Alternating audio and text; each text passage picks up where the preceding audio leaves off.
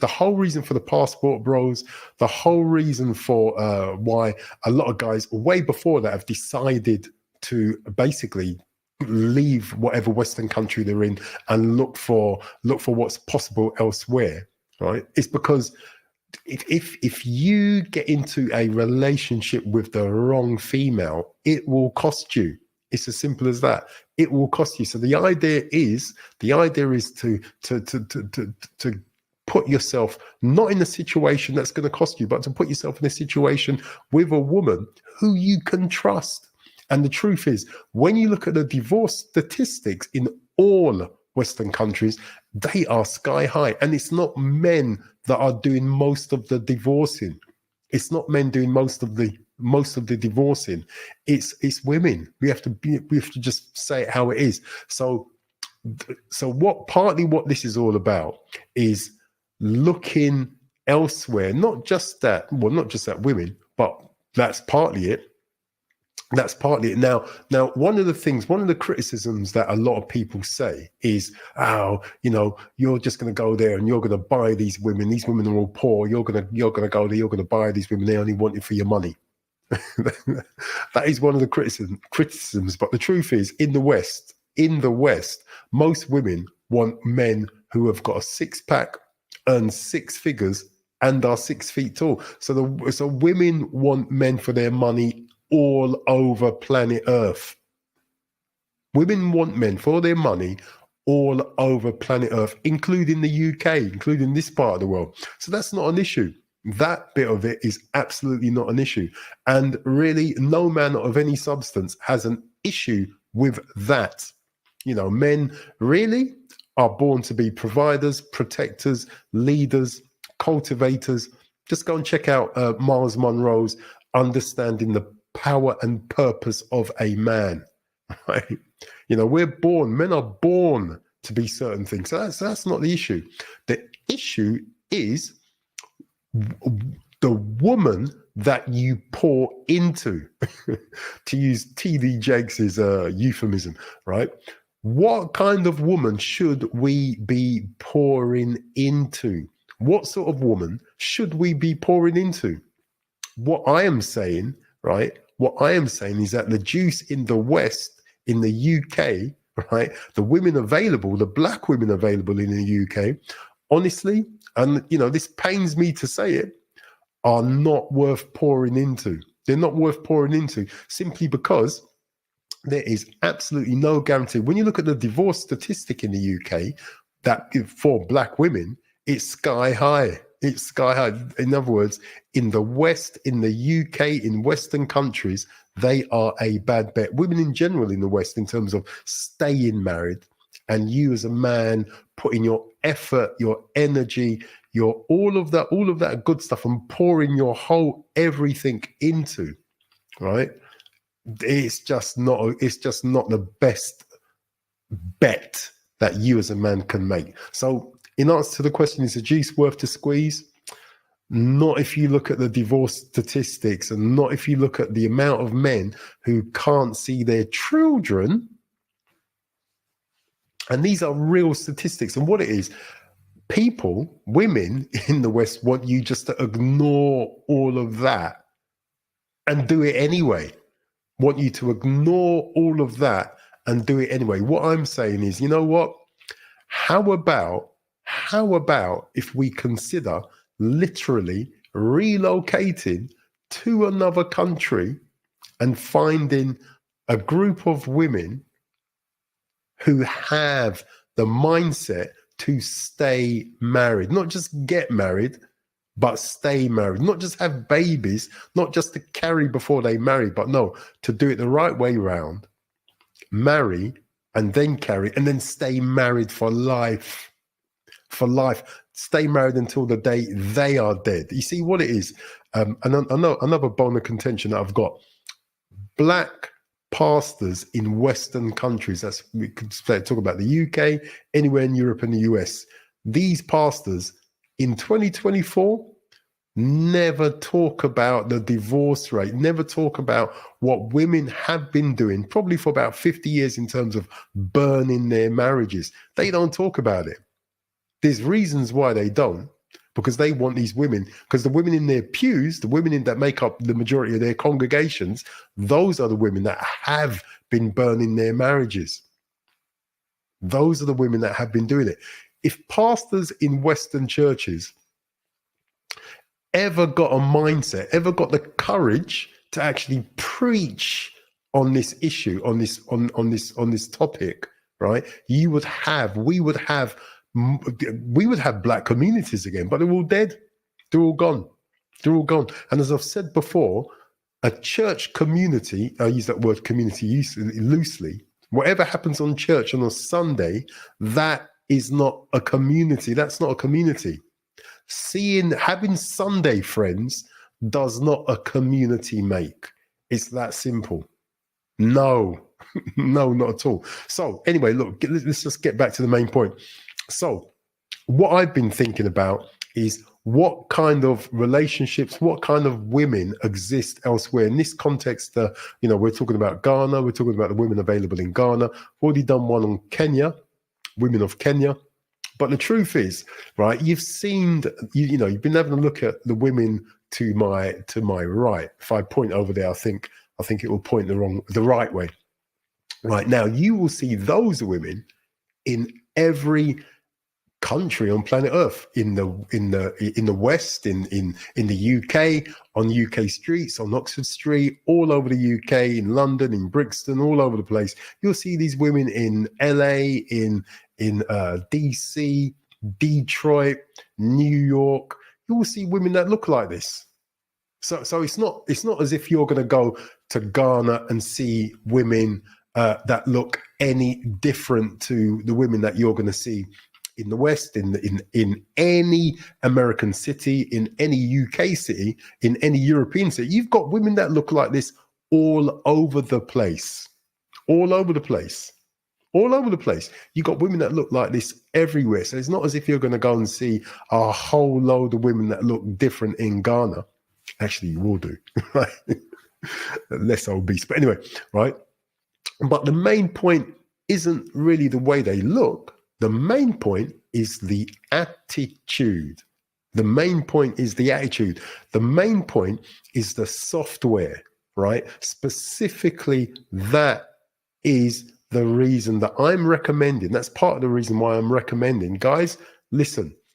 If you've not got a passport, if you've not traveled, if you've not tried the African continent, if you've not tried Ghana, if you've not tried Zambia, if you've not tried Kenya, if you've not tried Mozambique, if you've not tried Botswana, if you've not tried Uganda, if you've not tried Zimbabwe, South Africa, if you've not tried Togo, if you've not tried Benin, if you've not tried the Gambia, listen, go and try it. Go for a holiday.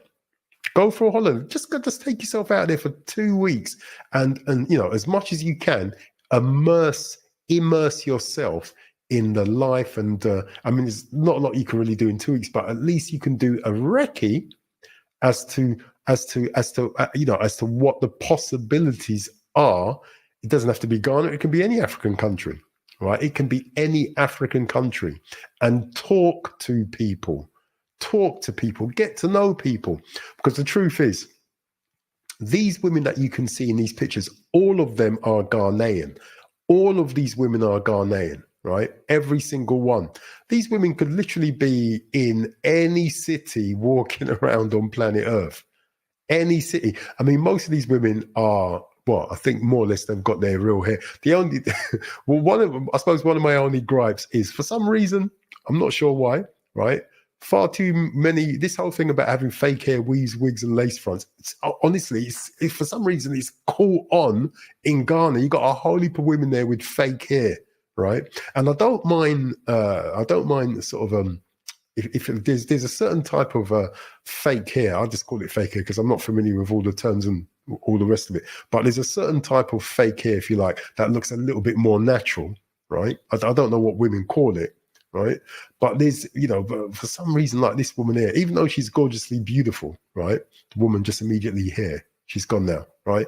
That long black straight hair, I don't know what you call that. Is that a weave?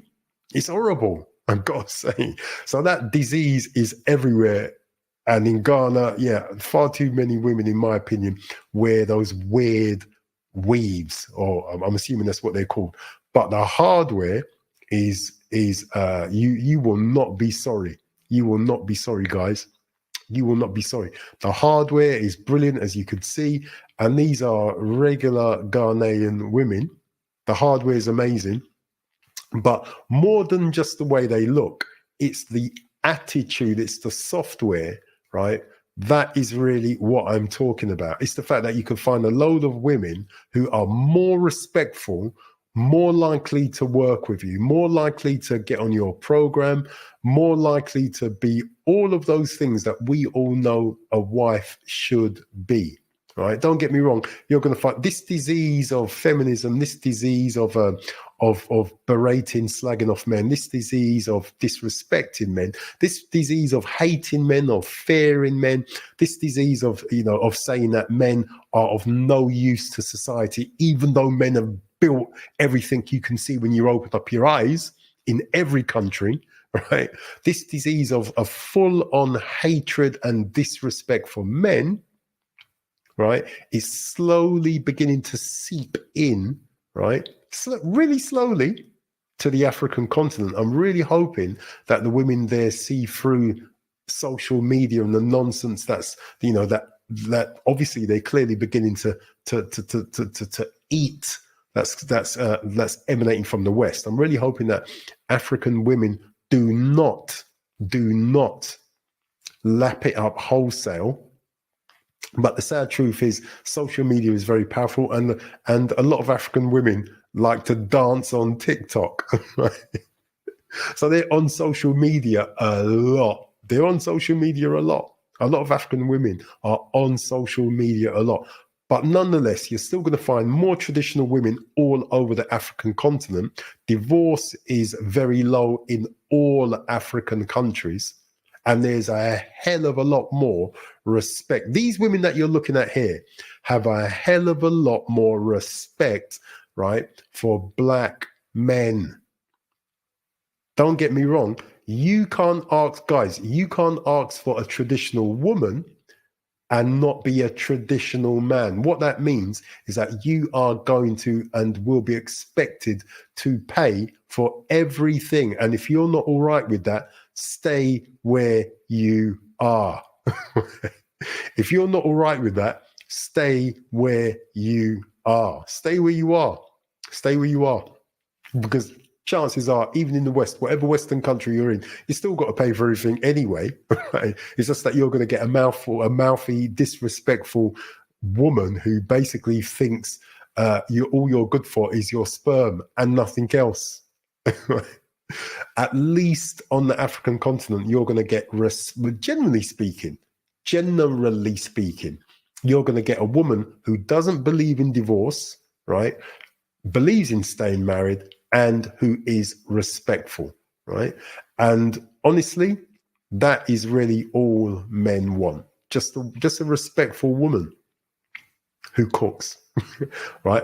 It's as simple as that. And I say that in jest, because the truth is, right, most African men that I talk to, they cook.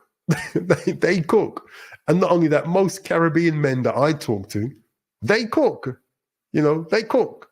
And cook well as well, right? They cook. That's just the truth. I don't even know why that's the case, but it is true.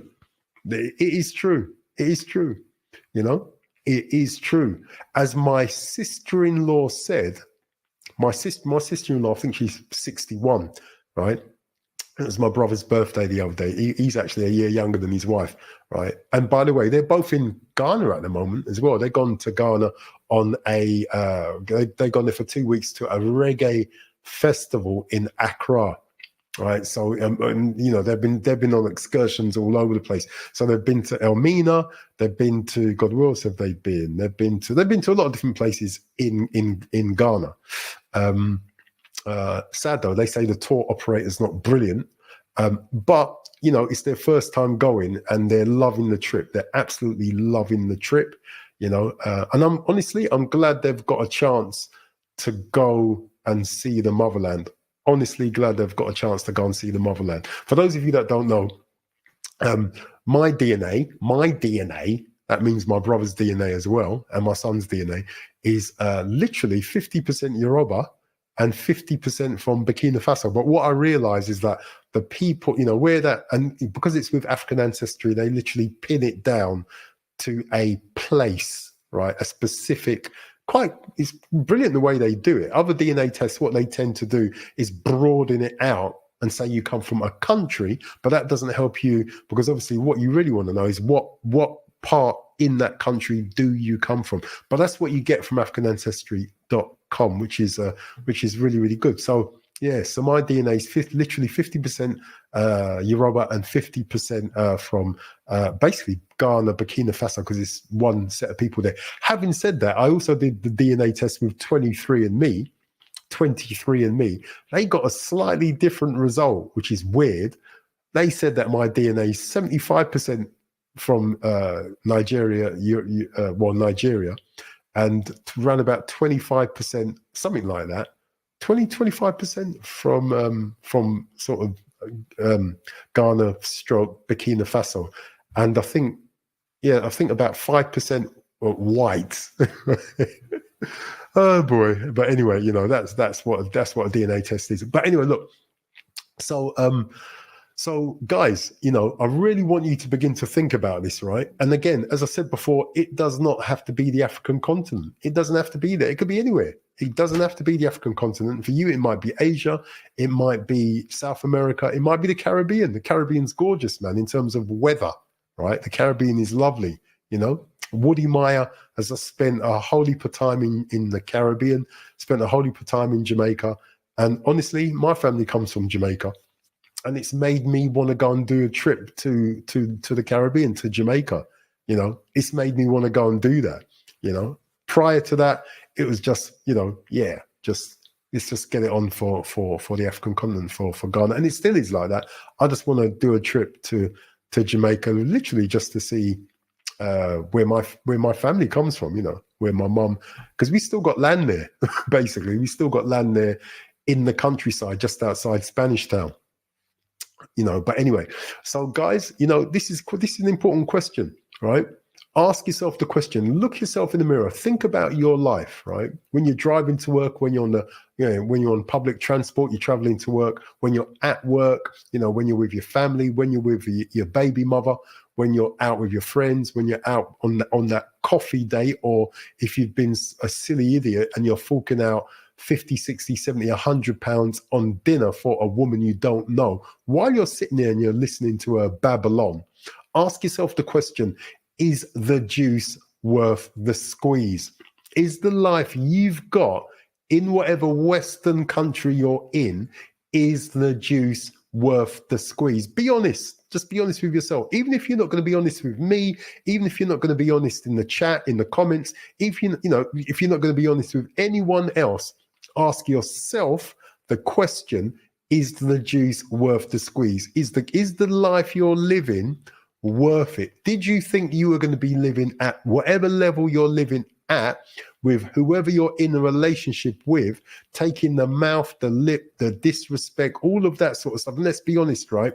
That is what life is like for, if you're a black guy living in the West. You're not only taking disrespect from work, disrespect from the police, you're also taking disrespect from the woman you're sleeping with, if you are living in the West, generally speaking. Nothing is ever 100%. I'm talking generally speaking. You're taking disrespect from your baby mama, or from that woman who you're sitting opposite on that coffee date, or if you've been stupid enough to fork out £100 on a date, you're taking a level of disrespect, Mr. Black Man. Just be honest about it. It's just the truth. From whatever Western country you're in, you're taking that disrespect. You don't have to lie to me. You don't have to lie to me. So this is all about saying, getting you to ask yourself that question. Is life, might there be a better life to be had elsewhere in another country? And don't get me wrong, if you have this kind of a conversation with your friends, with your brothers, with your guy friends, they may say, what the hell can be better with this? This is great. This is great. What can be better than this? If you say to them, well, you know, I've watched the live stream and this guy was saying, you know, I should check out Ghana, I should check out Botswana, I should check out Zambia, I should check out Uganda, I should check out Kenya, I should check out South Africa, I should just go on a holiday. You're going to get your guy friends saying, what do you mean? What do you want to go there for? They're all living in mud huts down there and all those women want you for is your money. That's what you're going to get back. That's what you're going to get back. You say that to your, you know, literally to your blood sisters, you know, to your mum or to that woman you're out on the coffee that, you know, I'm thinking of traveling to the African continent, you know. The women are going to say to you, what you want to go there for? You don't want to go there. You don't want to, what you want to, no, you don't want to go there. No, you don't want to go there. You're going to get, everyone's going to try and talk you out of it because what it is, the women want you to sit there and take a life of disrespect. Your mum wants you to take a life of disrespect. She wants you to marry some woman just like her. And don't get me wrong, some of our mothers are fantastic. But let's be honest, if you're a black guy living in the West, chances are you were born to a baby mama, a single parent.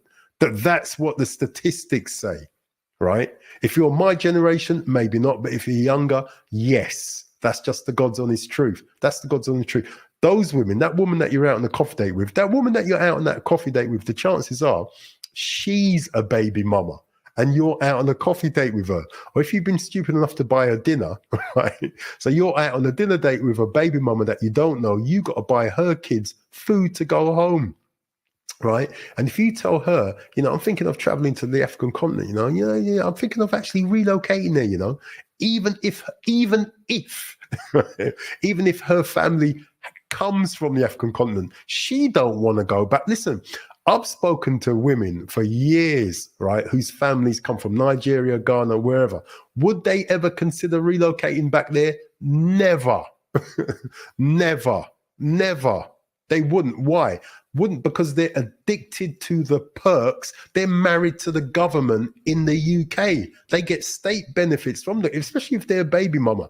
They get state benefits from the government in the UK, right? So why leave? Do you think they're going to get those state benefits from a Ghanaian government or from a Nigerian government or from a Kenyan government? No, it doesn't exist over there. It doesn't exist. It doesn't exist. And that's partly why marriages over there last longer, because there's no safety nets. There's no safety net. There isn't. There's no safety net. You stay married, right? In the West, there's so many safety nets that women can basically burn their marriages, take all your money through divorce, have you pay for them and your kids that you never see, that you might see every other weekend and half the holiday, because in the UK that's called standard contact time. Every other weekend and half the holiday. Guys, that juice, as far as I'm concerned, is not worth the squeeze. That is no way for any man to live, right? No way for any man to live. It isn't. And so these women that you can see, as I said before earlier on in the stream, you're going to see these women walking around, I don't know, any American city, definitely around in the UK, in London. You're going to see women that look like this. What I'm dealing with in this live stream is the software. What's going on up here? The divorce rate in African countries is low. It's low. I was talking to someone the other day and they were saying that the divorce rate in, in Kenya, or I think it was Kenya, is literally non-existent. It's non-existent, right? These are all Ghanaian women here, right? But it's very similar. It's very similar. So that makes these women a better bet. That's what I'm getting at here. It makes these women a better bet. And the truth is, as Kevin Samuels used to say, men are cost-benefit calculators. Men are cost-benefit calculators. So guys, you could do the math yourself. Do the math yourself. These women look gorgeous. They look beautiful. Right? Some better than others, but they look beautiful. Even the bigger ones look gorgeous, but it's the software, it's the mentality. It's, that's the deal, right? In the West, women want black women want black guys to be traditional, but they're not traditional women. They want you to pay for everything, which is fine, absolutely fine by me. No problem with that at all. But they don't want to be traditional women at all. right? So it's better to pick up your toys, pick up your bag, pack your bags, right? And relocate, just go somewhere else. And the truth is, there is no black community left in the UK. And every other black community that I've witnessed, right, is crumbling in the West. It's crumbling, slowly but surely crumbling. Don't get me wrong. You got more of it. If you're watching this from the States, you got more black. You got more black community, if you like, in various parts of the States. But in the UK, nope. So that is why I am recommending that black guys living here, living in Europe, living in the States, at least think, right, about the possibility that it might be better to relocate somewhere else. Listen, you got to begin to think about the world as a global community, or at least begin to think of your life as a global life. If you're a man of means, right, if you've got a decent, if you've got 2 pennies to rub together, right, if you've got money in the bank, if you've got a career, if you've got a skill that you can sell, right, if you've got property in whatever country you're living in, then effectively you are a man of means, and you can consider the possibility of relocating. Poor guys can't relocate anywhere, right? That's the truth. Guys without money, guys without something to back them up, those are the guys that literally have to stay put in whatever Western country they were born in. That's the truth, right? But for other guys, for other men of means, right, you can actually consider a life elsewhere, or at least consider a global life, yeah, whereby you can have access to women, to vet for a woman, to vet for a wife who's more likely to stay married until she is dead, right? That must be the goal. And if you're looking for that in the West, trust me, I know you're looking for a needle in a haystack. Tell me I'm lying. Tell me I'm lying. You're looking for a needle in a haystack. In the West, you're going to find gorgeous looking women.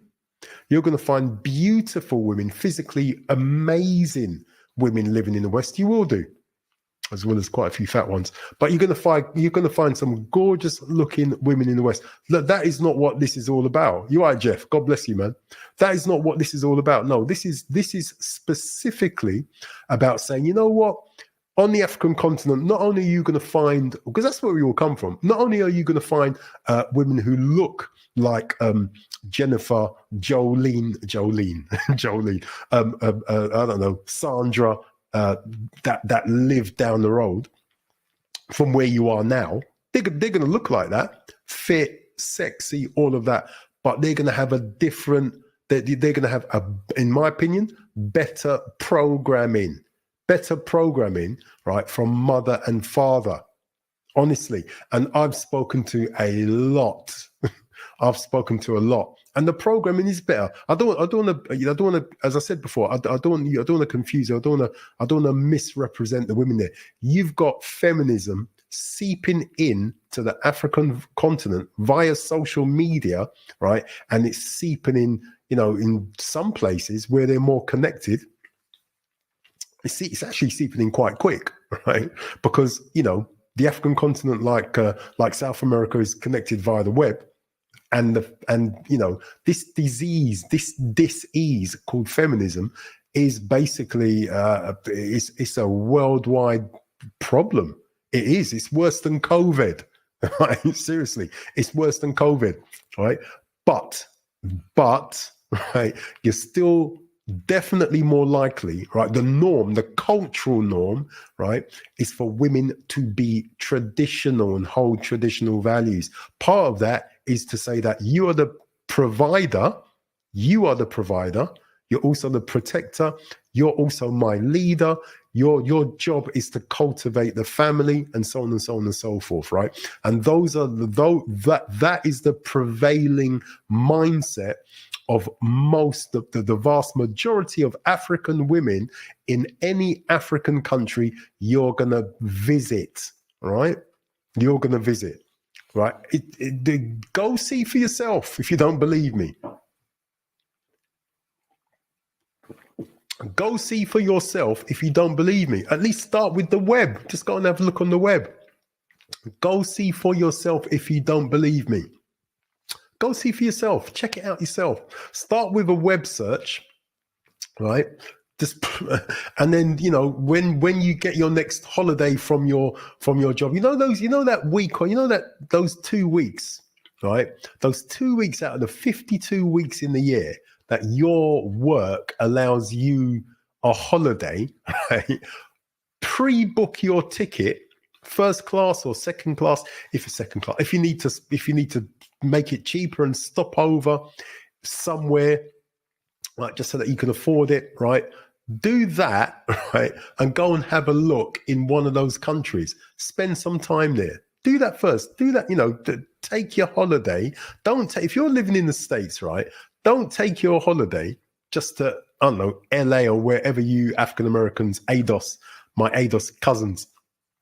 Don't take your holiday just to the next state or across, just to the other side of the country, or just to go and see family in another state. Don't do that. No, take your holiday to South America. Forget, if you're living in the States, I wouldn't even do the Caribbean, right? I love the Caribbean, I love Jamaica, but don't even do that. Do South America, right? Or do the African continent. In this case, we're looking at Ghanaian women. These women are all Ghanaian,